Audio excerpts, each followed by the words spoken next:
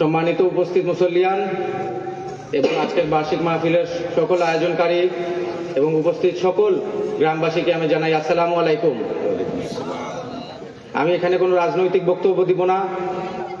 আজকের এই বার্ষিক ওয়াজ মাহফিলে আমাকে আমন্ত্রণ জানানোর জন্য আমি সকলকে ধন্যবাদ এবং কৃতজ্ঞতা জ্ঞাপন করছি এবং সেই সাথে আপনাদের প্রাণপ্রিয় নেতা এবং আমার পিতা জনাব এম ইলিয়াস আলী দীর্ঘ 13 বছর ধরে নিখোঁজ, তার জন্য দোয়ার আহ্বান করছি।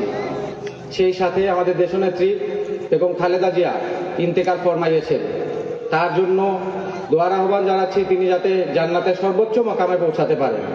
এবং সেই সাথে আমি একটি কথা বলে যেতে চাই, আমার মা আপনাদের খেদমত করার সুযোগ পেয়েছেন, আপনারা তার পাশে থাকবেন এবং বাংলাদেশ জাতীয়তাবাদী দল যদি বাংলাদেশ পরিচালনার দায়িত্ব পায় তাহলে অবশ্যই ইসলাম, ন্যায় এবং ইনসাফের ভিত্তিতে দেশ পরিচালনা করা হবে।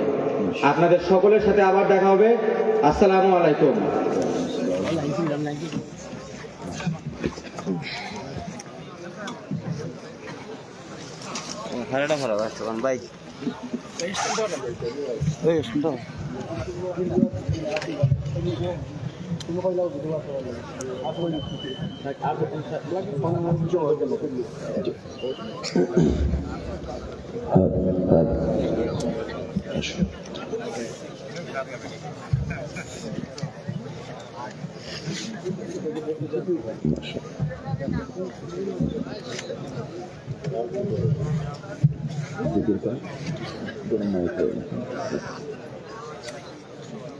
नहमदुहु व नुसल्ली व नुसल्लिमु अला रसूलिल करीम अम्मा बाद फ़ौज़ु बिल्लाहि मिनश शैतानिर रजीम बिस्मिल्लाह।